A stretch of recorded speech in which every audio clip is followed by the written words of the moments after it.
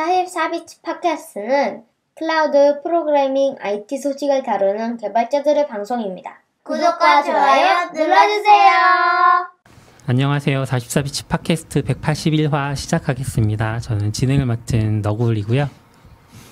네, 저는 주로 말을 하는 아웃사이더입니다. 전 이제 뭘 맡았는지 모르겠는 호영냠입니다. 네, 반갑습니다.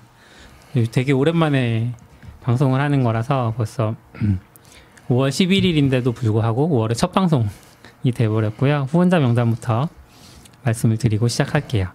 페이트리온 통해서 김재현님, 이승규님, 박현우님, 최준호님, 박재권님, DG님, 지우님, 홍반장님, 윤상현님, 박스텀프님, 변용훈님, 최승우님, 이성환님, 애쉬팔사님, 알프레덕님, 다니엘리님, 엄기성님, 윤님이 후원해주고 계십니다. 감사합니다.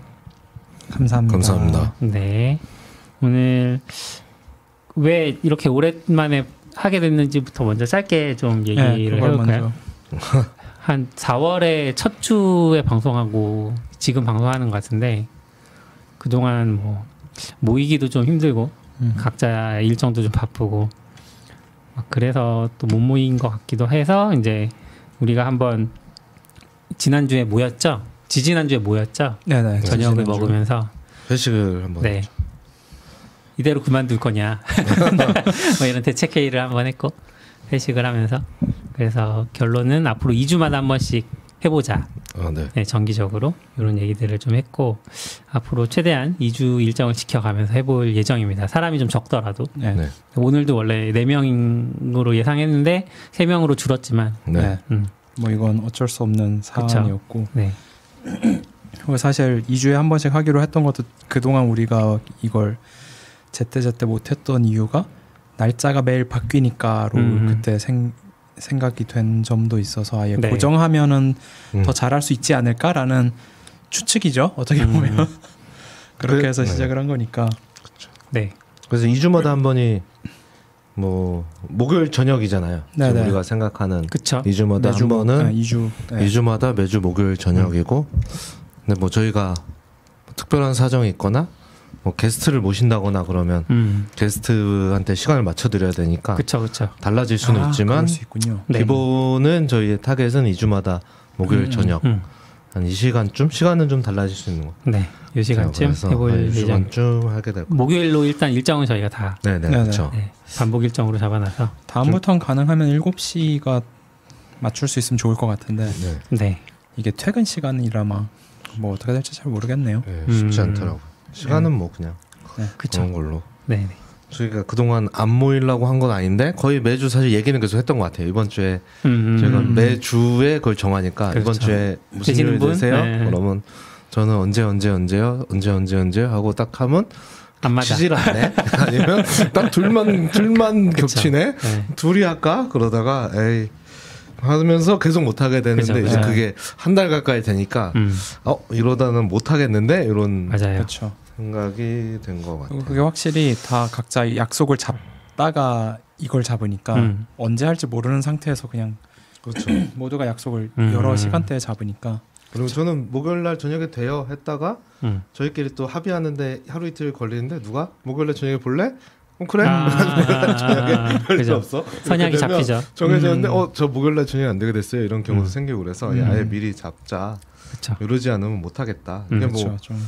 삶이 엄청 바빠진 건 아닌데 각자 또 뭐 회의도 있고 뭐 올해부터 출근도 하고 하다 보니까 딱 겹치는 시간을 만들기가 쉽지 않았던 것 같아요. 맞습니다. 아무튼 앞으로 2주에 한 번씩 뵐 수 있기를 최대한 노력해 보겠습니다.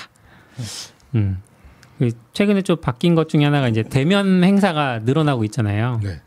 AWS 서밋도 이제 올해부터 대면 행사를 해서 다녀왔는데 혹시 다녀오셨나요? 아니요.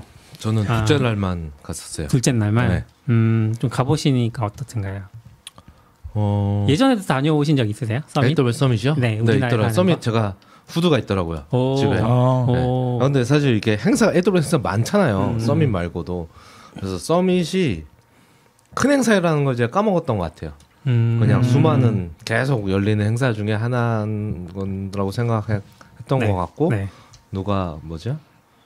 저희 팀에 한 명 발표를 하셔가지고 가야지. 그러고 신청은 그냥 해놨는데 날짜가 다가오니까 이거 되게 큰 행사네. 그러니까 첫날 알았던 것 같아요. 첫날 저는 그냥 안 가고 출근을 했는데 네. 트위터에 올라온 사진을 보면서 엄청 큰 행사잖아. 사람 이렇게 네. 많아? 이렇게 약간 생각하면서 거기 얘기로는 2만 명이 신청해서 1만 명이 왔다고 하더라고요. 그리고 전에 모르겠는데 이번에는 그 엑스포? 예전에도 엑스포란 말을 썼는지 모르겠는데 저는 엑스포란 말을 작년 리인벤트 가서 리인벤트가 따라하는 리인벤트에서 그 보고 따라하는 거 아닐까요? 근데 리인벤트도 오래됐잖아요. 근데 그러니까 리인벤트가 하는 걸 보고 네. 서밋이 저도 예전에 갔을 때 서밋은 네. 사람이 그렇게 많지도 않고 한 2,000명, 3,000명 물론 그 정도 많지는 한 그리고 참석자들 선착순으로 후디도 나눠줄 정도로 좀 어떻게 보면은 한 명 한 명한테 신경을 쓸 수 있는 재정적으로 그런 행사였다면 이번 행사 같은 경우는 점심 도시락 주는 것도 비용을 아껴야 되는 느낌이 드는. 아 그래요? 그러니까 예전에는 뭔가 호텔 느낌의 도시락을 주셨거든요. 나 그런 거 먹은 적 있어요. 네. 그 그랜드 볼륨에서 네, 다 맞아요, 먹었다고. 맞아요. 나 그거 왜 먹었지? 나 먹은 적. 근데 이번 런치박스가 질이 떨어지진 않았는데 샌드위치 같은 거 하나씩 들고 다니는데. 샌드위치랑 과일이랑 샐러드 이런 거를 좀 담아주셨거든요. 근데 10,000명 못 주죠. 예, 10,000명 못 주죠. 그렇게 되면 그래서 쉽지 않을 수 있겠다. 그래서 저도 이번에 엑스포 우리 서밋도 원래 엑스포란 말을 썼나 했는데 예전 규모가 잘 기억 안 나는데 왜냐면 코로나 때 안 했잖아요. 온라인으로 했나? 약간, 네, 온라인으로 했죠. 네, 그래서 근데 이번에 갔을 때는 그 보통 이제 그랜드 볼륨 삼성 가신 분들은 아시겠지만 코엑스 그랜드 볼륨이 있고 네. 보통 이렇게 코너 꺾으면 그 긴 통로에 이제 A1, B1이 등록대가 있죠. 있는데 보통 제가 갔던 일단 서밋인지 모르겠어요. 근데 그랜드 볼륨 사는 사람은 그 옆에는 뭐 딴 걸 하고 있었어요. 맞아요, 근데 맞아요. 이번에는 거기까지 잡아서 거기를 엑스포 공간으로 쓰더라고요. 네, 저쪽으로 역으로 삼성역으로 가는 그 관 큰 거 하나. 네, 그 관 이름은 모르겠어요. 비관이에요, 거기가. 네, B관. 네. 그래서 항상 거기가 근데 보통 그런 박람회 할 때 많이 쓰죠. 그렇죠. 박람회 그런 용도니까. 뭐 유아 뭐 이런 거 할 네, 때도 있고 맞아요. 막 건담하면 저희 갈까 막 저기 가서 재밌겠는데 그쵸. 막 이런 생각도 하고 그랬는데 생활 관련 이번에는 박람회 같은 거 많이 거기까지 잡아서 기억이 안 나는 건가? 여기까지 하는 건 처음 보는 것 같은데 이런 생각으로 했던 것 같아요. 제 기억에는 그 이번 말고 그 직전 대면 서밋 네. 거기 때부터 엑스포가 시작한 거 아닌가? 라는 느낌이 있고. 근데 뭐 엑스포 하니까 또 나름 재미는 있더라고요. 다양한 업체들이 보이고 물론 이제 우리나라 리인벤트에서의 엑스포는 좀 평소에 이름으로만 들어봤던 오픈소스들 이런 것들도 되게 많이 오고 그리고 기업들도 좀 이름으로만 들어봤던 뭐 예를 들면 슬랙이 국내 대중화되지 않았는데 슬랙 부스를 만나. 그럼 너무 반가운 거죠. 갔는데 슬랙 배지도 주고 슬랙 양말도 줘. 네. 많이 신나는 거죠. 근데 이제 우리나라는 그런 느낌보다는 평소에 이름을 들어보지 못한 근데 얘네도 AWS 리셀링을 한다고? 이런 뭐 예를 들면 NDS 농심에서 리셀링을 한다고? 농심의 자회사가? 이런 거. NDS가 농심 자회사예요. 네, 농심 자회사인데 데이터 시스템이 뭐 정보통신 이런 네, 거 뭐 정보통신이겠죠. 근데 그런 데서도 하고 뭐 또 교보정보통신 이런 곳에서도 AWS 리셀링 한다고 하고 그래서 신기하다. 그런 회사들 보는 좀 파이가 커졌나 보네. 네. 신기함이 있었고 그런 회사들 보면서 전 느낀 게 저 회사들이 처음부터 독립적으로 리셀링을 시작했을까 아니면은 모 회사의 AWS를 자기네가 위해서. 계약을 그럴 가능성도 대행하다가 이제 다른 것도 해볼까 이렇게 발을 넓힌 건 아닐까. 그럼 물론 농심이 AWS를 헤비하게 쓰는 것도 신기하긴 네, 하지만 신기하죠.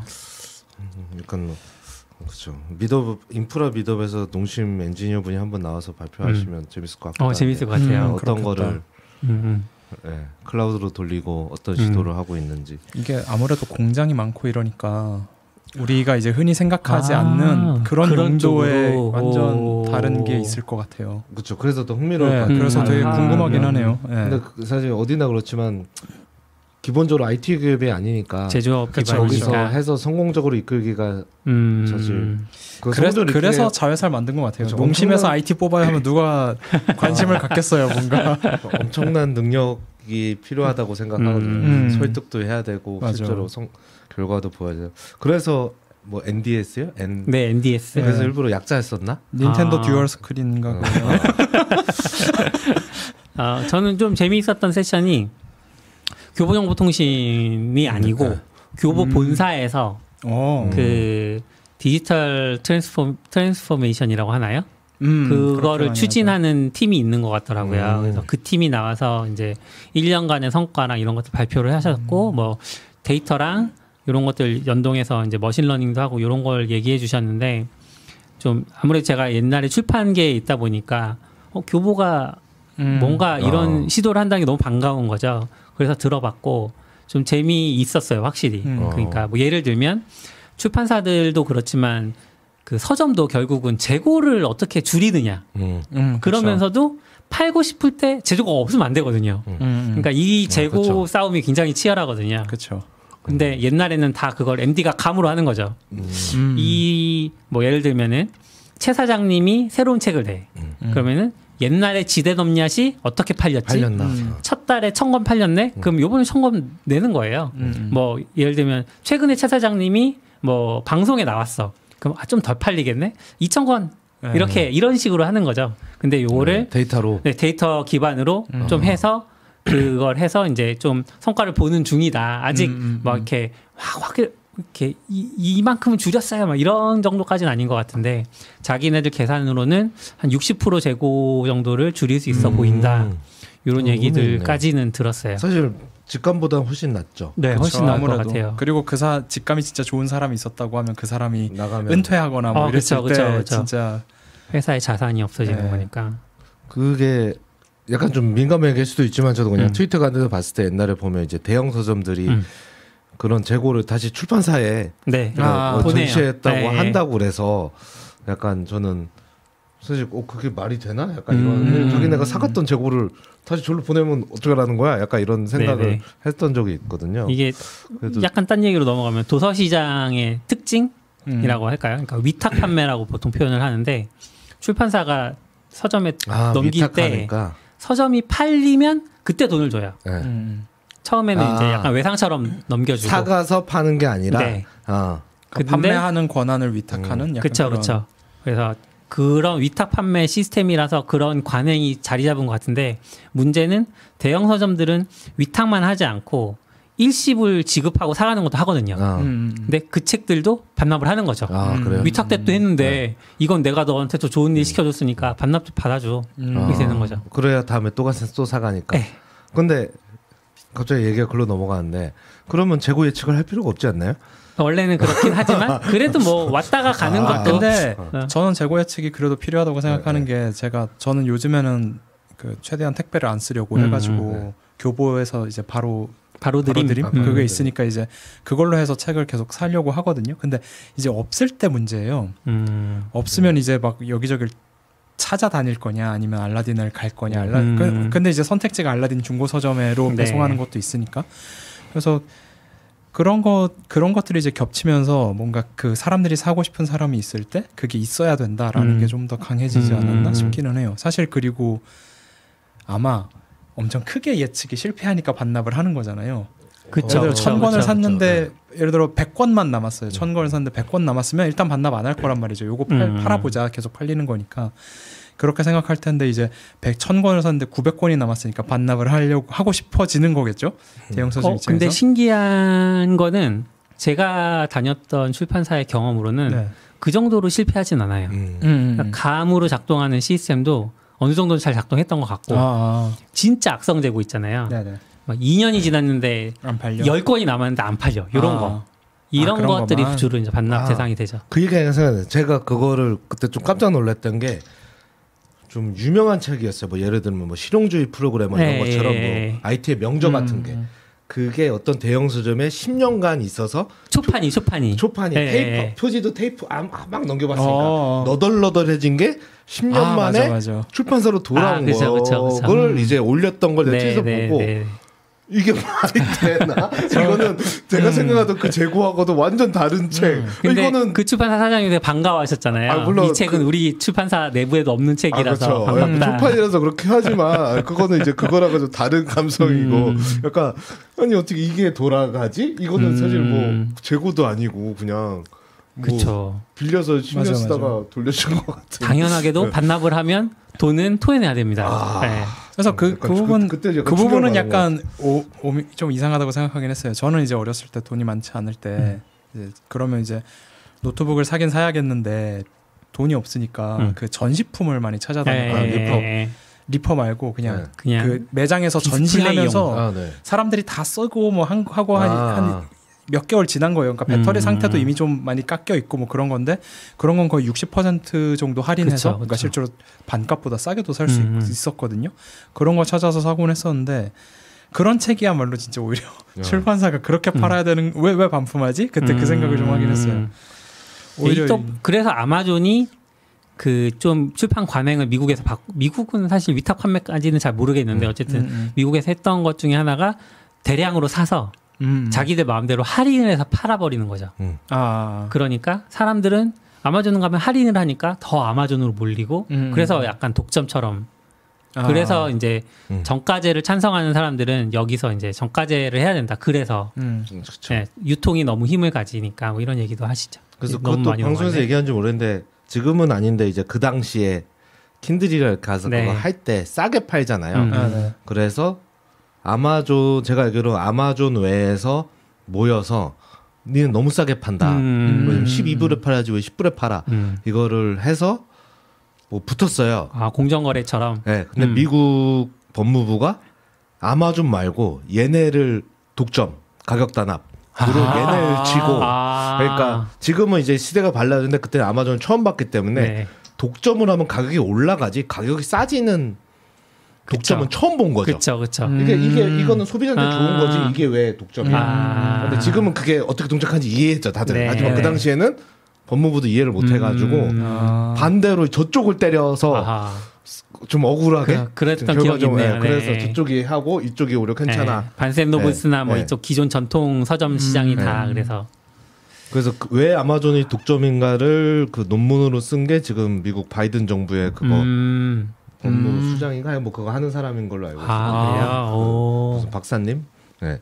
그 사람이 썼다는 아마존 독점이 책 관련된 거예요. 아니요, 그러니까 플랫폼 회사가 어떻게 독점하는가를 논문으로 했는데 그 예시가 아마존을 가지고 하고 있었던 걸로 알고 있어요. 그러니까 가격이 싸게 해가지고 독점을 하는 방법. 그러니까 기존의 독점과 다르다 이제. 저것도 독점이다. 우리 제약 막아야 된다. 뭐 이런 식의 논문을 쓴 것 같더라고요. 한 20대 후반에 썼다는 것 같던데. 지금도 아마 되게 어릴걸요, 그분. 네. 아무튼 얘기가 좀 샜네요. 아마존까지 한번 쭉 다녀왔고 AWS 서밋 29배 논문을 써야 다시 이야기가 돌아왔네요. AWS AWS 서밋으로 돌아왔는데 저도 이번에 세션은 안 듣고 보통 언젠가부터는 세션 그렇게 많이 듣지는 않는 것 같아요. 또 한국 서밋은 리인벤트 다녀온 분들이 듣기에는 새로운 소식이 별로 없어요. 좀 그렇기도 하죠. 네, 그런 것도 있고. 저같이 이제 특정 산업에 관심 있지 않으면. 아까 말씀드린 저희 팀에 발표하시는 분이 있어서 그분 발표만 들어야지 했는데 좀 아마존 서밋이나 딴 데 처음 봤어요. 못 들어가게 하는 거. 내가 딱 1분 전에 도착했거든요. 누구랑 이렇게 밥 먹고 얘기하다가 이제 저 가야 돼요. 그리고 싹 가서 딱 갔는데 만석입니다. 네. 그래서 만석이면 입석이 있을 거 아니에요. 거기 입석도 이미 꽉 찼어요. 근데 사진 봤는데 옛날에는 앞에도 앉고 가운데도 앉고 앉히려면 앉죠. 그리고 보통 예전에는 그냥 열어놓으면 뒤에 이렇게 서서 이렇게 가다가 잘 안 들린다 그러면 가고 그냥 그랬지. 입구에서 막는 건 없었는데 그것도 리인벤트에서 배웠나? 좀 빡빡해졌더라고요. 거기서 딱 갔는데 못 들어간다는 거예요. 그래서 못 들어가는 게 뭐야? 약간 사람이 많이 몰릴 때 정부가 뭔가 그 가이드하는 방침이 있는 건가 이런 생각도 들었어요. 누구도 저한테도 그런 얘기. 왜냐하면 에스컬레이터에 이제 세션 뭐 예를 들면 키노트 끝나면 사람들 다 내려오잖아요. 그러니까 에스컬레이터에 사람들이 많은데 그 제어를 하시더라고요. 근데 이제 AWS 그 스텝이 아니고 코엑스 스텝들이었어요. 그분들이. 그게 작년 참사 이후로 그런 게 아닐까라는 얘기를 저도 이유는 솔직해요. 모르겠지만 어쨌거나 그래서 그 세션도 결국 못 듣고 뭐야. 저는 이제 일찍 갔으니까 제일 앞에 앉아서 들었고 그때 보면 이제 추가로 사람들이 들어오니까 한쪽 통로만 채워서 앉게 하고 중간이랑 다른 쪽 통로는 못 채우게 하더라고요. 옛날에는 거기도 다 앉았거든요. 그렇죠. 그리고 앞에도 앉죠. 발표자 앞에 거기다 3줄 정도는 앉을 수 있거든요. 그랬는데 이제는 아무튼 그랬고. 맞아요. 그리고 작년에 그 인프콘 갔을 때도 느꼈고 요즘도 올해도 온라인 행사, 오프라인 행사 자주 열리잖아요. 네. 근데 저도 이제 매일 출근을 안 하니까 출근 안 하는 날 있으면 안 가거든요. 굳이 그죠. 나가기도 좀 귀찮기도 하고 그러니까 좀 잘 안 나가는데 그래서 이번에도 오랜만에 갔는데 작년에도 좀 느꼈지만 확실히 좀 멤버가 달라졌다는 느낌. 확실히 남녀 성비도 그렇고 네. 젊어졌고 네, 그쵸. 연령대도 옛날에는 그렇고. 이제 그래도 저도 뭐 고인물이니까 그런데 가면 막 이렇게 그래서 인사하고 사람 사람을 악수하고 막 이렇게 하게 되는데 네. 뭐 없는 건 아니지만 예전에 비해서는 별로 안 왔나 아니면 어디 세션에 있나 이렇게 자주 안 마주치게 되고 그쵸. 좀 이렇게 특히 부스 북박이에 있는 분들만 가서 좀 인사하게 되고 그쵸. 보통 부스에 계시죠. 이제 아는 사람들이. 그 정도가 예전에 길에서도 많이 만났거든요. 근데 이번에는 그렇게 많이 만나긴 했는데 그러면서 이제 전체적으로 봐도 연령대도 확실히 젊어지고 좀 달라졌구나. 참석자가 많아져서일 수도 있죠. 그렇죠. 이제 마주치기가 확률 자체가 낮아진 걸 가능성도 그리고 크고. 이런 행사를 어떻게 알고 오시는지 이제 대학생분들이 되게 많이 오시는 느낌을 받아요. 네. 그 사실 이거 AWS 서밋 한다고 해서 계속 물어볼까 말까 하던 게 하나 있었는데 저는 이런 데를 열심히 사실 끝나면 그냥 관심 있는 세션 녹화된 걸 보는 편이긴 하니까 저는. 근데 혹시 그리고 지금 5분 정도 9분이나 듣고 계신데 10명, 예. 그 혹시 한두 분 혹시나 혹은 미래에 누군가가 이걸 들을 때 도대체 AWS 서밋 같은 건 왜 가는가 그런 얘기도 한번 해보면 좋을 것 같아요. 새로운 거 들으려고? 그러니까 새로운 근데 세션 하나도 안 들으셨다면서요? 저는 워낙 많이 예전부터 많이 찾아다니니까. 근데 네네. 저는 약간 그냥 제 내피셜인데 네. 이제 커뮤니티 이렇게 행사를 하고 한참 열심히 나가는 그러니까 사실 그 사람들이 그 사람이거든요. 파이썬 가도 이 사람 있고 AWS 가도 이 사람 있고 좀 그렇게 가도 이 사람 있고 맞아요. 이게 1000명인 것 같지만 실제로는 500명이 여기 가고 있다. 뭐 이런 느낌이 좀 있긴 한데 그다음에는 이제 관행적으로 하면 이거 가야지 이렇게 좀 하던 게 있다면 약간 코로나 끊기고 나니까 그때 가던 사람들은 뭐 이젠 또 굳이 뭐 이런 뭐 약간 있는 것 같고 최근 2, 3년 내에 이 바닥에 좀 들어오신 분들은 이게 첫 행사 같은 거죠. 그 전에는 다 유튜브로만 보고 강의만 보다가 오프라인으로 가는 게 좀 신선할 수도 있고 궁금하기도 하지 않을까. 그거 막상 오니까 재밌네 뭐 이럴 수도 있고 그러면서 더 나오시는 게 아닐까라는 하긴 생각. 오랜만에 오프라인 내피셜이지만 뭐 그런 생각도 좀 하게 됐어요. 대학 교수님한테 얘기 듣기로는 대학들도 3년 동안 MT나 뭐 수련회나 이런 거 전혀 못 하다가 다시 하게 되니까 그 맥이 다 끊어진 거예요. 관행이라고 하죠. 그런 게 없어. 게임이 없어. 게임 안 하는 게 없어. 그러니까 OT라고 모였는데 다들 뻘쭘하게 앉아만 있고 뭐 해야 되는지 아무도 모르고 교수님들이 그나마 기억을 하니까 교수님들이 막 주도를 하시고 그랬다고 하더라고요. 이게 많이 끊어졌어요. 실제로. 사실 코로나가 한 번 끊어지면 돌아오기가. 그래서 저는 이번 기회에 그냥 좋은 방향으로 리셋되는 것도 좋겠다. 그렇죠. 그런 거는 분명히 막 말술 매기고 이런 거 그냥 그만하고 이제. 젊어지고 사람 많아지고 확실히 좋아지는 것 같아요. 맞아요. 네. 그럼 세션 자체는 왜 가세요? 저 같은 경우는 보통 동양 파악하러 가고요. 근데 요즘은 이제 딴 채널이 많으니까 그런 거에 그렇죠.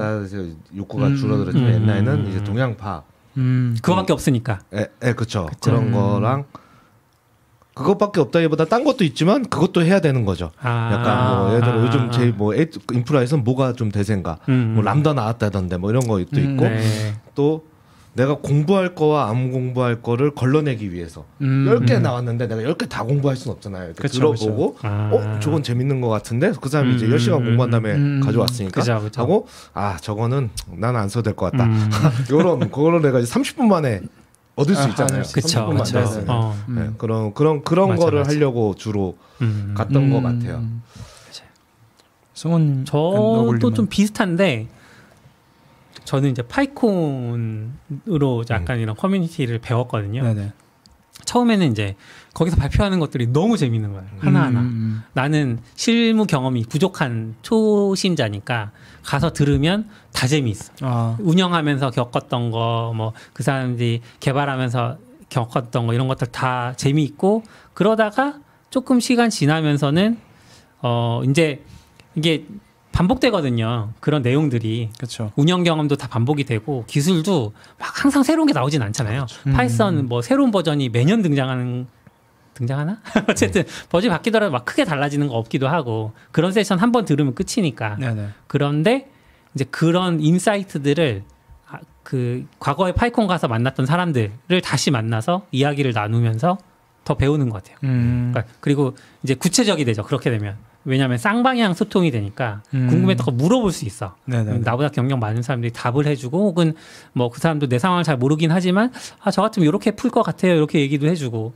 그러면서 이제 그런 네트워킹 이런 게 네트워킹이구나. 정말 재미있는데 정말 좋은데 그리고 저도 이제 어느 순간 연차가 높아지니까 이제 그런 걸 또 알려드리기도 하고 내가 도움이 될 수도 있구나 이런 보람도 느끼고 그런 선순환이 좀 좋아서 갔던 것 같아요. 그렇군요. 그리고 요즘 이런 컨퍼런스는 뭐 그런 거 없지만 조금 조금만 미드업하면 요즘은 그런지 모르겠지만 이렇게 뒤풀이 그쵸 뒤풀이 이렇게 끝나고 안 가고 계속 버티고 있으면 우리 치킨 먹으러 가는데 같이 가실래? 이렇게 되거든요. 맞아요. 그렇게 만난 사람이 되게 많아요. 맞아요. 뭐 의자 넣는 것도 이렇게 좀 도와주고 꼭 그거를 위해서 한 건 아니지만 이제 뭐 질문도 하고 끝나고 이렇게 하다 보고 이렇게 하다 보면 이렇게 되거든요. 한 4-50명 모이는 그런 미덕 같은 거. 그렇게 하면 이제 4-50명이어도 진행자는 한 최고 한 5명은 넘거든요. 준비한 사람들은. 그쵸. 그럼 거기 가서 이렇게 하고 또 거기서 또 더 재밌죠. 왜냐하면 그렇죠.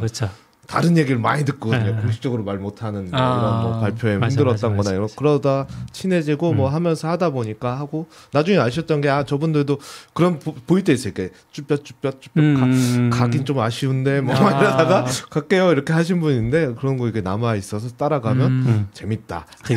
맞아. 요즘도 통한지 잘 모르지만 너무 그 사람들 저녁 먹어야 되거든요. 그렇죠. 고생했고 그러니까 밥을 먹어야지. 재밌습니다. 그래서 저는 약간 처음에 이거 뭐 잘못됐나 이거 좀 완전 좀 딴 얘기인데 했던 게 좀 세미나를 했어요. 좀 엄청 크게는 아니어도 하고 끝나고 밥을 먹는데 밥을 먹기 위해서 다 회비를 내는 거예요. 아니 이건 좀 아니지 않나? 이렇게 행사를 무료로 할 수도 있고 하지만 그래도 저 발표를 하고 발표 이득을 가져가진 않아도 뭐 소고기를 구워 먹는 것도 아닌데 치킨을 먹기 위해서 다들 10,000원씩을 내야 먹을 수 이거는 좀 이런 거는 어떻게 5,000원이라도 받아야 될까 뭐 이런 생각을 그때 많이 했던 것 같아요. 그러네요. 무료는 좋긴 하지만 그래도 최소한은 좀 받는 게 낫지 않나. 결국 그러니까 대부분이 스폰서를 받는 거겠죠. 그렇죠. 네, AWS 서밋 얘기하다가 쭉 좀 얘기가 길어지긴 했네요. 근데 뭐 커뮤니티 행사는 이제 앞으로 많아질 거니까 저는 재미있게 이제 관심 있는 관심사가 맞다면 많이들 가보시는 걸 추천하는 편입니다. 네, 저도 많이들 그냥 갈 수 있는 만큼 가보시다 보면 또 모르는 사람인데 맨날 본 사람도 있어요. 그쵸, 또 그러다 보면 또 친해지기도 하고.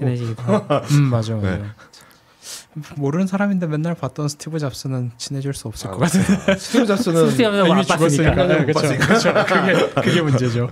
그리고 그런 것도 있다. 마지막으로 얘기를 해보면 그 현장에 가서 들으면 어쨌든 듣잖아요. 네네. 근데 나중에 유튜브에서 봐야지 그럼 안 봐. 저도 안 봐. 맞아. 그런 건 좀 있죠. 네. 그 차이가 좀 있는 것 같아요. 전 유튜브로 보게 되면 제가 지금 하고 있던 거를 더 깊게 판 사람들의 이야기를 보는데 새로운 얘기는 잘 안 듣거든요. 약간 그런 것도 좀 있는 것 같아요. 옛날에 TV 돌리다가 우연히 어떤 프로 발견하듯이 내가 진짜 관심 있는 세션 사이에 있는 무언가를 괜히 듣는 기회 이런 게 좀 가면은 있긴 있는 것 같더라고요. 맞아요. 네. 여기까지 하시죠. 서밋 얘기는. 다음으로는 약간 몇 가지 단신들 더 들고 왔는데요. 얘기해 주시죠. 뭐 단신은 다 얘기할 수는 없고 최근에 뉴스 나온 거 보니까 이제 애플이 에픽 게임즈랑 재판에서 이제 애플이 승소 거의 다 승소했어요. 10개 중에 9개를 승소했으니까 거의 다 승소했죠. 무슨 네. 재판을 했던 거예요? 이게 이제 그 반독점법? 반독점법. 네, 그러니까 미국 애플의 이제 iOS의 앱 스토어가 있잖아요. 네. 앱 스토어가 독점이다라는 걸로 에픽 게임즈가 건 거죠. 걸었는데 네. 이게 꽤 오래된 얘기. 그러니까 2020년이니까 3년. 그래서 아마 기억하신 분도 있었는데 포트나이트를 가지고 애플하고 에픽 게임즈가 싸운 적이 있어요. 그래서 저도 시간 수는 기억이 안 나지만 이제 애플 거기서 결제하면 30%를 수수료를 떼가잖아요. 네, 애플 네. 스토어 자체가 문제가 아니라 애플 스토어에 올라오면 무조건 결제를 애플에서 해야 된다. 딴 걸 못하게 홍보도 못하게 제가 이걸 홍보도 못할 걸요. 유도도 못하게 했죠. 맞아요. 유도도 못하고 요걸로만 해야 돼서 아는 사람만 웹에 가서 결제하고 와서 쓰고 뭐 이런 식으로 하곤 했는데 그거를 풀었던 게 우리나라잖아요. 그렇죠. 근데 그것도 시작은 여기였죠. 시작은 아마 제 기억에 순서로 보면 여기 포트나이트란 걸 붙으면 물론 시작은 아니고 시간 순서로 보면 이걸 거고 그 다음에는 뭐 딴 거 가지고 우리나라는 발동됐던 것 같긴 한데 이제 아마도 포트나이트가 인기가 그때 배틀그라운드 이후에 한창 높으니까 아마 에픽 게임즈도 강하게 밀어붙인 것 같은데 그걸 가지고 붙으니까 아마 애플이 앱스토어에서 잘라버렸을 거예요. 앱을 내려버렸던 것 같아요. 그래가지고 그거 가지고 소송이 이제 시작됐군요. 붙어서 이제 아마 이게 한 번 하고 두 번째인 것 같은데 재판이. 그래서 한 번은 그건 났어요. 이제 결제 강제하면 그러니까 유도도 안 돼 그런 거 안 된다. 유도해도 된다. 미국에서도 그거는 이제 전에도 이미 났고 그리고 이번 재판에서도 얘는 맞아. 해도 돼. 이걸 막는 건 너무하지. 요거만 에픽 게임즈가 이기고 이게 재판이니까 이게 건별로 다 보내니까 10개인데 요 하나만 에픽 게임즈가 이기고 나머지 9개는 전부 다 애플이 이겼어요. 반독 좀 아니다. 괜찮아. 약간 애플 iOS 괜찮네. 뭐 이렇게 이유는 이제 뭐 제 판결문을 읽은 건 아니니까 이렇게 났고 그래서 어쨌거나 좀 애플한테는 엄청 신나는 뉴스고 이제 그 에픽 게임즈는 뭐 이제 다 잊혀졌겠지만 왜 포트나이트 요즘 잘 나가나 모르겠네요. 근데 아무튼 했고 어쨌거나 양쪽 다 항소한다. 에픽 게임즈는 9개 항소고 쟤는 1개 항소. 그래서 다 항소한다. 뭐 이렇게 하니까 또 몇 년 뒤에 한번 얘기가 나오겠죠. 그래서 약간 저는 이거 반독점법이 될 줄 알았는데 이게 안 됐어? 약간 이런 법이란 건 참 물론 이게 왜 안 됐는지는 판결문을 봐야 되겠지만 이런 생각이 들었던 것 같아요. 그러네요. 일단 에픽 게임즈는 돈을 잘 벌고 있다고 알고 있습니다. 그렇군요. 포트나이트로 계속 벌고 있고 에픽 게임즈 스토어에서 무료를 열심히 푸는 이유가 포트나이트에서 번 돈으로 풀고 있다고 알고 있기 때문에 저도 가끔 가서 열심히 다운받고 있는데 하진 않고. 근데 결국은 모바일에서 하는 게임들은 애플이나 구글, 그러니까 안드로이드 둘 중 하나에 올라가야 되니까 이 애플과 구글을 피할 수 없잖아요. 그쵸. 만약에 포트나이트가 단순히 PC 게임이었으면 둘하고 관계없이 그냥 에픽 스토어에서 팔았으면 되는 건데 그게 안 되니까 지금 이 상황이 발생한 것 같고 여튼 그러네요. 사실 저도 판결문을 모르니 그럼 요즘은 우리나라에서는 iOS 앱 내부 결제를 할 때도 뭔가 외부로 점프할 수 있는 그런 통로도 열려 있어요? 해도 되는 걸로 알고 저는 한 번도 못 봤어요. 그게 됐으면 리디북스에 이미 들어갔을 것 같은데. 그러게. 근데 우리나라 내에서 판결이 났잖아요. iOS만 안 되나? 안드로이드는 그 한국 판결도 한번 다시 봐야겠는데. 그러네요. 이거 정확히 기억이 안 나네. 그러게. 저도 한 번도 본 적은 없는 것 같아요. 그런 거 보면 아니면 그냥 뭐 알아서 애플 눈치를 보고 있는 걸 수도 있겠지만 아니면 제가 그냥 습관상 그냥 계속 하던 대로 결제하는 것들은 웹에서 하기 때문에 전혀 모르고 있을 수도. 그래서 그것들이 다 뭐지? 이제 뷰어가 나오잖아요. 뷰어? 그러니까 리디도 그런데 그 리디 앱이 있는 게 아니라 여긴 뷰어만 있고 결제는 웹으로 가서 그게 약간 그걸 교묘하게 피하는 거라고 생각하거든요. 리디 앱으로 하고 결제를 하면 거기서 로그인만 하고 뷰어에서 로그인만 걸리니까 얘는 뷰어야. 그럼 우리 법이 그걸 허용한 걸 수도 있죠. 아무튼 뭐 그런 식으로 많이들 피해가서 얘랑 내가 구분해서 그런 식으로 많이 하고 있는데 궁금하긴 하네요. 그렇군요. 네, 아무튼 애플과 에픽의 싸움 다음 편도 좀 기대가 되고 그 다음 세가 소식은 뭐예요? 그리고 이것도 그냥 단신인데 네. 뭐 사실 둘 다 잊혀졌던 이름인데 세가가 이제 로비오라는 게임 회사. 세가 아시는 분 계실까? 듣는 분은 세가 로고를 보여드리면 세가는 아시겠죠. 세가 자체는 그래도 우리 방송을 듣는 분들은 아닌가? 팟캐스트는 네. 아니에요. 네. 이승우님이 세가 세턴이라고 바로 말해주셨어요. 이게 약간 편견인지 모르겠는데 저는 그래도 이 방송 들으시는 분들은 나이대가 좀 있으시지 않을까. 근데 팟캐스트까지 유튜브 라이브는 좀 그런데 팟캐스트까지 가면 좀 젊으신 분들 들으시더라고요. 의외로 저희 대학생분들한테 인기도 좀 있고 그러니까 같은 느낌을 들을 때가 있어요. 진짜인지 모르지만. 네. 그래서 아무튼, 세가라는 옛날부터 잘 나가던 게임 회사. 게임 회사. 일본 회사죠. 세가가 이제 로비오라는 이제 앵그리버드. 앵그리버드를 알만한 세대가 또 앵그리버드는 아니죠. 세가보다는 앵그리버드가 훨씬 물론 그런데 앵그리버드 10년도 안 앵그리버드도 한 세대 전의 느낌이 들잖아요. 그렇죠. 앵그리버드는 그래도 앵그리 홍이 있었으니까 다들 어떤 형태로든 아실 것 같아요. 근데 소닉도 그렇고 세가에서 유명한 앵그리버드도 그렇고 일단 둘 다 영화가 됐으니까 캐릭터를 가지고는 다 파악하실 수 있을 것 같아요. 앵그리버드 이게 빨간색, 노란색 이렇게 새를 세 총으로 날려가지고 돼지를 학살하는 건가? 네. 뭐 아무튼 집을 무너뜨리는 거죠. 집을 무너뜨리는 목적이 돼지를 죽이려고 그런 거 아니에요? 그런가? 그러니까 돼지를 학살하는 게임이에요. 새가 화난 이유는 이제 자기 알을 돼지가 훔쳐가서. 그래요? 이랬던 것 같아요. 그런 세계관도 있어요? 그 처음 첫 1편을 시작하면 돼지들이 이제 알을 가지고 가요. 그래가지고 애들이 화나서 이제 한 마리씩 출동하는 아직도 있나 게임이? 그래서 그러게요. 요즘 앵그리버드가 얼마나 잘 나가는지 모르지만 한때 이렇게 엄청 유명했던 게임이었죠. 그렇죠. 그거를 이제 그러니까 세가가 로비오를 이제 1조 170억 정도의 유로로 하면 7억 600만 유로에 이제 인수하기로 했다고 합니다. 그리고 세가가 이제 요걸 산 거는 뭐 자기네 이제 모바일 포트폴리오를 강화하기 위해서 강화하기 위해 좋은 전략인지는 모르겠지만 그러게요. 좀 잊혀진 게임 플랫폼 게임 회사인데 근데 어차피 잘 나가는 걸 사기엔 돈이 너무 많이 들 거고 이런 인수가 약간 늘 그게 있는 것 같은 게 지금 잘 나가고 있으면 본인들도 팔 생각이 없을 거예요.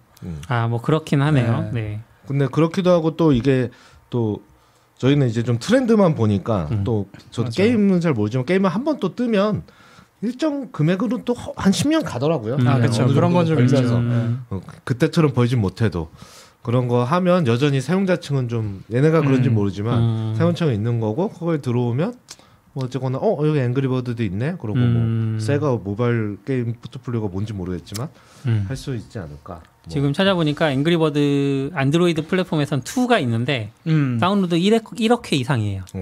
그러니까 꽤 근데 우리가 보기에 망한 것 같지만 평가가 안 좋았는데. 그러니까 평가가 안 좋아도 1억 건이 된다는. 그러니까 왠지 그 처음에 원의 명성으로 사람들이 2를 쭉 샀다가 한 달 뒤에 다 지웠어도 그렇죠. 다운로드는 1억 건인 거니까. 다운로드 트렌드를 봐야 되긴 해요. 그래도 1조 원 주고 산 거 보면 어느 정도 지금도 뭐 파워가 있으니까 한 게 아닐까. 그렇겠네요. 잘못 산 게 아니라면 그래서 샀다고 합니다. 그냥 오랜만에 보는 둘 다 반가운 회사들이라 그치 이런 게 있었지 막 이런. 저는 세가가 아직 게임을 하고 있었구나라는 것도 좀 그러니까 거의 요즘 못 봤으니까 소닉만 가끔 이번 작품도 평가가 안 좋습니다라는 리뷰만 보다가 그런데 아직 뭔가 포기하지 않았네요. 세가의 풋볼 매니저 2023이 들어와 있네요. 그래요? 풋볼 매니저 계약해서 한 거 아니에요? 모바일용. 계약해서 했을 수도 있죠. 2023 풋볼 매니저가 들어와 있네요. 사실 소닉 말고는 아는 게 없네요. 그냥 어렸을 때 오락실 딱 가면 이제 처음에 세가 로고 쫙 가면서 딱 하는 그 설렘이 있었는데. 그 다음에 이제 바로 소닉 노래가 나오는 거 외엔 기억이 없어요. 빰빰빰빰빰빰. 많이 봤는데 딱히 기억나는 거 소닉. 풋볼 매니저를 세가가 배급하네. 배급사가 세가네. 배급을 그렇군요. 개발은 아니어도 배급할 수 있죠. 그럼 아직 계속 잘 나가고 있습니다. 잘 나가는데 저희가 잘 몰라서 제가 몰랐을 뿐 세가 누나 잘 나갑니다, 여러분. 네. 오랜만에 들은 네, 옛 친구들 같은. 사실 저 아까 그 얘기 듣고 1조 어디서 났지 세가가 그 생각을 하고 있었는데 그 안으로 돈을 진짜 잘 버는 데였네요.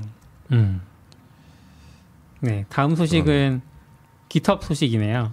네. 네. 요거는 개인적인 취향도 반영된 뉴스인데 깃헙의 스튜던트 디벨로퍼 팩이란 게 있거든요. 네. 요즘은 그래도 꽤 많이 쓰는 것 같아요. 옛날에는 좀 학생들만 가입할 수 있나요? 학생들만 제가 뭐 전 학생이 아니니까 가입자 정확히 알아보지는 않았지만 뭐 학교 이메일이 있고 요즘도 학교 이메일 주죠. 학교 가면 주는 것 같아요.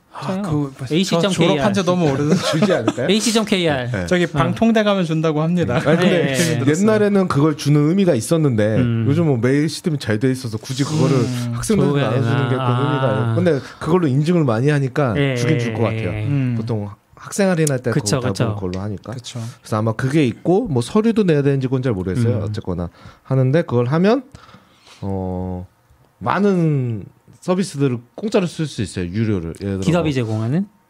그렇죠. 깃헙인데 깃헙이 파트너십을 맺어서 뭐 트라비스도 되고 뭐 AWS도 뭐가 되고 이렇게 리스트가 엄청 많아요. 네. 걔네가 해주는 게 지금 잠깐 살짝 보면 그래서 옛날에 저 이걸 봤을 때 이거를 그냥 공짜인데 이걸 왜 안 써? 이 최신 스택들을 여기서 쓰면 얼마나 좋아 이런 생각을 해서 네. 예전에도 막 트위터에서 홍보하고 그랬는데 많이 안 썼던 것 같은데 최근에는 그래도 많이 보급이 돼서 저희 면접사님 많이 쓰는 것 같더라고요. 저희 회사에도 오신 분들 물어보면 주변에서도 많이 써요 그러고 지금은 재작년이죠.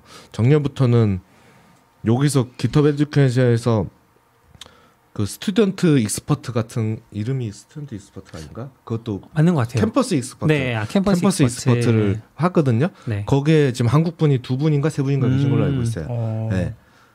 이제 한국에서 4명인가 되는데 2분인가는 한국에 계신데 한국 분이 아니고. 네.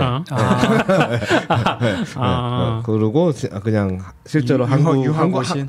네, 유학 오신 한국에 계신 한국 이름을 가진 한국말을 하시는 분이 이제 한 2분 정도 올해도 늘어나시는지 모르겠는데 이제 계신 걸로 알고 있는데 아무튼 그 스튜던트 팩을 해서 이거 공짜로 쓸 수 있고 요 네. 리스트가 뭐 있지? 뭐 애저도 있고 뭐 길렌즈 뭐 스트림야드, 트윌리오, 뉴레릭 뭐 몽고DB 그런 거에 크레딧을 일정 주는 거죠. 그렇죠. 이제 서비스마다 좀 달라요. 뭐 6개월 무료, 뭐 프리미엄 6개월 무료 이렇게 기간은 있어요. 계속 네. 학생 내내 쓰는 건 아니고 뭐래요. 그러니까 제가 테스트 해보려면 꽤 되죠. 뭐 유료 도구들도 좀 써볼 수 있고 그걸 사실 학생 때는 부담 되잖아요. 다 일일이 그게. 그래서 뭐 괜찮다. 근데 물론 이제 기간이 있으니까.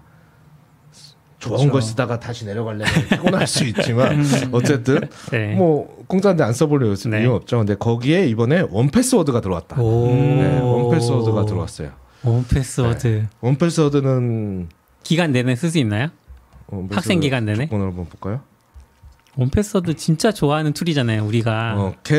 원이어네요. 원이어. 1년. 인클루딩 원패스워드 디벨로퍼 툴. 매년 인증하면 계속 주는 거예요. 디벨로퍼 툴이 뭐지? 디벨로퍼 툴이 있나? 네. 매년 1년. 매년 학교를 바꾸면 조금 고민해야 되는 거는 1년 쓰면 네. 벗어날 수 없다. 그렇죠. 돈을 내셔야 된다. 이거 완전 완벽한 9.99.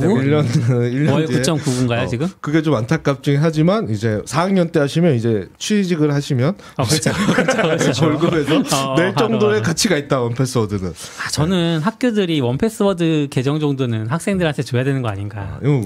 국가에서 줘요. 국가에서. 그러면 너무 국가가 특정 회사 밀어주는 꼴이 되니까. 여러 개 하다 고르면 돼요. 뭐죠? 비트월드 뭐 이런 것들 그런 거 해가지고 이제 그러게요. 우리 공인인증서 만들 금액 조금만 빼서 그러니까 우리 의외로 원패스워드 홍보를 많이 하니까 하다못해 K 패스워드 만들어도 저는 원패스워드 비슷한 경험을 줄 수 있다면 가입할 것 같아요. 안 돼. 그건 이제 중앙에 저장해 놓고 털릴 것 같아. 그 방식에 대해서는 이제 검증을 해야 되죠. 저는 정부가 하는 거는 반대인 게 그럼 북한이 거기만 노리겠죠. 그렇죠. 근데 이제 원패스워드는 본사가 털려도 내 패스워드 털리진 않거든요. 그렇죠. 네, 그런 건 있죠. 내 볼트랑 본사가 털려도 내 볼트를 가져가도 몰라요. 네, 알 수가 없으니까. 그러니까 그런 방식이다라고 해주면 저는 그러면 할 수 있죠. 전 그래도 원패스 쓸 것 같긴 하지만 왜냐면 안전하잖아요. 저기 털려도 그죠. 그리고 이미 우린 락인이 되어버렸고 사실 저는 원 패스워드를 지금은 안 쓰고 있지만 그래도 지금 다시 옮겨갈까 하는 중인데 그래서 이거는 꼭 써야 된다. 원패스워드는. 그 중요한 원패스워드가 GitHub 디벨로퍼 팩에 들어왔다. 그렇죠. 1년 무료로 쓸 수 있다. 지금 내가 학생 메일이 있다. 학생으로 등록 그 사이트 가시면 등록 조건 같은 게 자격 조건 같은 게 있어요. 그게 된다 하시면 원패스워드를 1년 무료로 쓸 수 있고 이러면 이제 패스워드를 35자 이상 세팅할 수 있다 이제. 내가 기억하지 않아도 된다. 그렇죠. 그래서 정말. 근데 이 스튜던트 팩 자체가 되게 좋네요. 이거 괜찮아요. 말고도 지금 오히려 학생분들이면 1년 뒤에 돈 내야 돼 이런 서비스들보다도 좀 더 괜찮아 보이는 게 여기 커리어 리디니스 여기 이쪽 챕터에 보면 알고리즘 익스퍼트 뭐 이런 거나 그다음에 인터뷰 케이크 그러니까 뭐 아마 면접 보는 거 도와주는 뭐 그런 것들이겠죠. 이렇게 약간 기본적인 교육과 관련된 거 그리고 회사 갈 때 필요한 것들 이런 것들에 대한 것도 지급을 해요. 그래서 이런 쪽으로도 학생분들은 보셔도 좋을 것 같습니다. GitHub이 MS 인수 이후로 자꾸 이런 좀 학생들을 키운다 아니면 오픈소스 생태계를 확장시킨다 이런 게 조금씩 늘어나는 느낌이네요. 최근에 또 무슨 기능이 무료화되지 않았나요? GitHub에서? 기능 무료가 뭐가 됐지? 기능이 사실 요즘 많이 나오긴 해서 기능이. 네, 저 얼핏 보고 넘어가서 제대로 기억이 안 나는데. 그리고 에듀케이션 팩은 에듀케이션은 좀 보시면 좋은 게 이렇게 뭐 티처 선생님을 위한 것도 있거든요. 내가 코딩 교육을 하면 그러면 요거랑 연계하기 좋죠. 뭐 프로그램도 걔네가 안 내놓는 것들이 있는데 거기에 따라 이제 클래스룸 만들고 뭐 이렇게 할 수 있는 것도 있고 아마 제가 정확히는 아는데 그거를 하면 또 선생님도 받을 수 있는 게 왜냐면 가르치려면 뭐가 필요하니까 그게 지원도 좀 있는 걸로 제가 조금 기억이 나고 또 이렇게 하면 학생할 때도 학생한테 유료 프로그램을 쓰라고 얘기할 수 있죠. 그냥 무료로 나왔으니까. 뉴레일 이렇게 붙여봐. 뭐 하면 돈 내는데요. 그러면 안 되지만 이거는 뭐 무료로 다 되니까. 3개월 무료라고 하더라도 한 학기는 충분히 커버하니까. 그런 거는 되고 또 이건 오늘 하려고 한 건 아니지만 최근에 나온 거죠. 이제 옥턴십 이런 게 나와서 약간 학생하고 회사하고 묶어주는 인턴십. 네. 거기다 옥토퍼스를 붙인 거군요. 그거를 그렇죠. 다 옥토 그걸 붙이니까 해서 이제 회사도 모집하고 학생도 해서 그 연결해 주는 것도 이제 최근에 인턴십 프로그램이죠. 쉽게 말하면 그런 것도 이제 최근에 시작을 했더라고요. 이런 걸 한다는 거는 채용 시장이라고 하나요? 그 원티드나 뭐 사람인 이런 것까지 하고 싶어 할 수도 있겠네요. 근데 원래 있었거든요. 깃허브에 그래요? 네. 망했죠. 지금 없을 거예요. 몰라요. 있었어요. 예전에 그 구직 사이트 같은 거 있었죠. 근데 그거는 지금 없어졌는데 그걸 할지 모르겠지만 제 생각에는 그냥 개발자 생태계가 커지면 커질수록 얘는 무조건 혜택이니까. 그렇죠. 네. 꼭 여기서 직접적으로 안 해도 충분히 할 만한 일이라고 생각하고 요거를 하면 업계에 나오기 전부터 이미 기타 락인 해놓고 시작하니까 충분히 할 만한. 왜냐면 교사들이 알아서 락인을 막 시켜준다는데 중학교 요즘 뭐 중학교 고등학교도 막 하니까 락인을 미리미리 시켜준다는데 뭐 사실은 충분히 할 수 있는 시스템이 아닌가. 영리하다. 근데 이거 보니까 요즘에 한국에서 이제 졸업 프로젝트 이런 거 할 때 많이 클라우드에서 많이 작업을 한대요. 근데 그 비용을 본인들이 낸대요. 학교에서 이런 게 아니라. 이런 거는 어디서든 뭔가 좀 지원이 돼줘야 되지 않나 싶기는 한데 그게 아니면 개인 컴퓨터에서 네트워크 연결해서 쓸 수 있게 해주거나 아니면 회사란다 학교에서 서버를 제공을 해주던가 뭐 이래야 되는데 요즘은 또 트렌드는 그게 아니라고 무조건 아마존을 쓰겠다 뭐 이런 식으로 가버린 거면 사실 학교에서 뭐 크레딧을 준다거나 10만 원 정도 크레딧을 준다거나 뭐 그런 방법을 좀 고민을 해보면 좋을 것 같네요. 이런 게 부러워질 거라고는 생각을 못했는데 그냥 학교의 느림을 생각하면 좀 그런 거에 감 빠른 교수들이 조금 이렇게 얘기해서 뭐 이렇게 구매하거나 이렇게 하는 정도가 조금 있지 않을까? 그런 게 좀 널리 퍼지면 좋겠다 그런 생각이 드네요. 네, 그렇죠. 좀 일단 원패스워드는 좋다. 그렇죠. 원패스워드는 중요합니다. 오늘은 단신만 계속 하나요? 이 정도 하고 넘어갈까요? 네. 브루 얘기해 주시겠어요? 요거는 이제 저도 이제 최근에 좀 본 건데 제 트윗 보신 분들은 보실 수도 있긴 한데 그 맥OS는 홈브루라는 게 있잖아요. 네. 홈브루가 지금 만들어진 지 14년 됐다는 거 보니까 와, 오래됐네요. 14년이면 2009년에 만들었는 홈브루 만든 분이 어디에 구글에 갖다 잘린 떨어졌죠. 네, 그래서 사람들이 막 얘를 안 뽑으면 도대체 누굴 뽑겠다는 거야 막 그랬잖아요. 분노 맥스 호웰인데 직접 썼죠. 자기가 떨어졌다. 구글 직원이 다 내가 만든 걸 쓰고 있는데 그렇죠. 뭐 이렇게 떨어졌다 뭐 이러면서.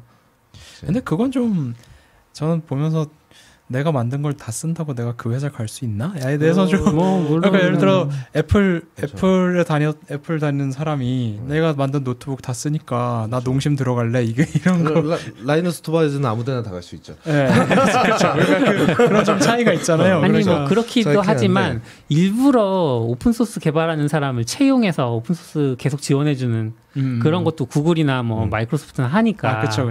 그런 용도로 그때 제가 딴 거랑 헷갈린지 모르겠는데 아마 그 칠판에서 뭐 이렇게 하는 그 면접에서 떨어졌다. 그러니까 제가 두 개 사건을 합친지 모르겠는데 기획 감각을 해서 그런 얘기였던 것 같아요. 그래서 그거 가지고 검증을 할 수 있냐 가지고 이제 또 2차로 붙은 그러니까 어떻게 맥스를 떨어뜨려라기보다 그걸로 어떻게 검증을 해. 약간 요런 느낌의 그리고 약간은 좀 그래도 약간 딱 봐도 특화된 분야가 있을 것 같잖아요. 이 사람의. 그렇죠. 이 사람이 갑자기 뭐 야물 짜고 이럴 것 같지는 않잖아요. 제가 뭐 그런 거 생각하면 이제 뭔가 좀 그런 것 때문에 좀 이슈가 됐었죠. 어쨌든 홈브루라고 맥OS를 쓰시는 분들은 아마 다 쓰실 거예요. 맥북을 쓰시는 분들은 이걸 안 쓰고 개발하는 사람들은. 네. 그렇죠.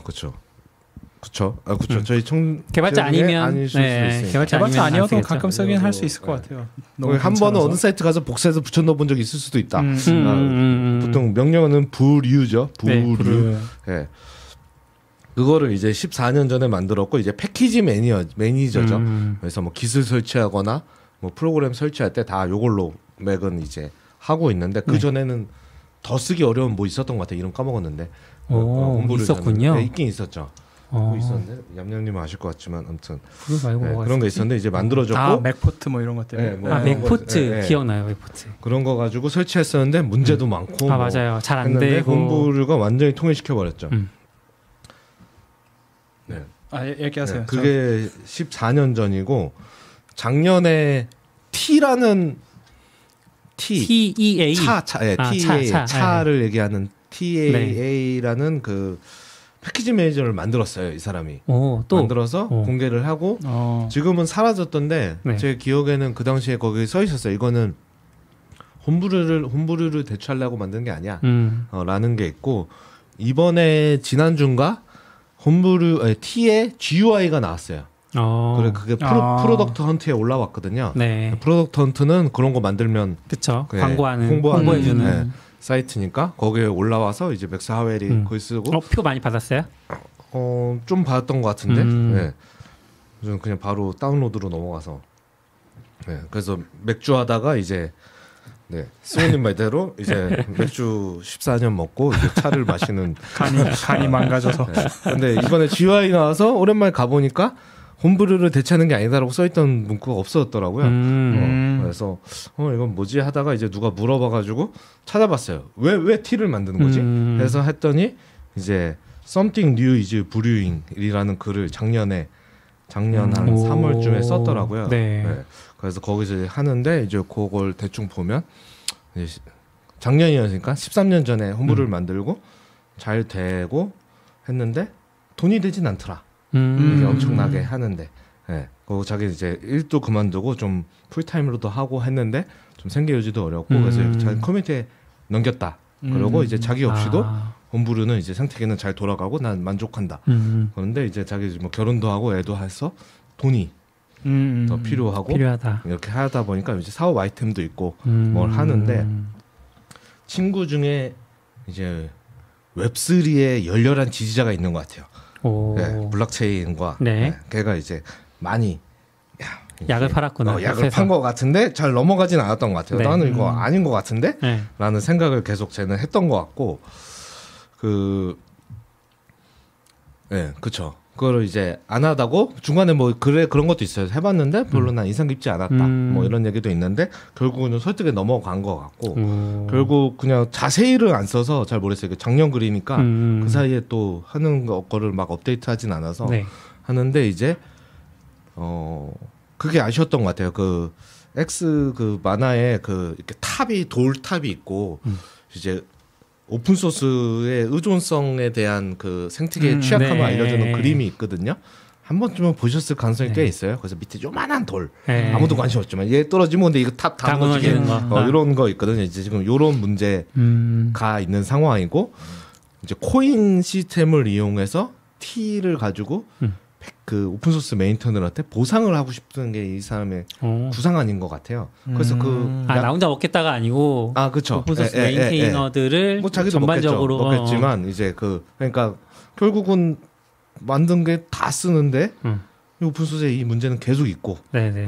결국 사람들이 그 오픈소스 문제에서 가장 많이 최근에 또 얘기하는 건 이제 눈에 보이는 것만 보이고 뒤에 있는 게 안 보이는 거죠. 네, 예를 들어 뭐 오픈 SSL 네. 엄청 중요한 프로젝트지만 아무도 오픈소스에 기부 안 하는 거죠. 이 앞에 있는 거에 내가 까는 그러면은 음악 저작권 관리하는 그런 느낌이 될 수 있겠네요. 그런 구상을 하는 것 같아요. 그래서 그 블록체인 약판애랑 얘랑 창업을 해서 T를 만든 거고 그걸 만들고 있는 것 같아요. 그게 작년 글이고 작년에 CLI 나오고 이번에 GUI 나왔으니까 그거를 해서 저도 T를 깔아봤는데 거기에 뭐 브루처럼 CLI도 있으니까 CLI도 되고 플러그인도 이렇게 뭐 깃 설치 이렇게 할 수 있어요.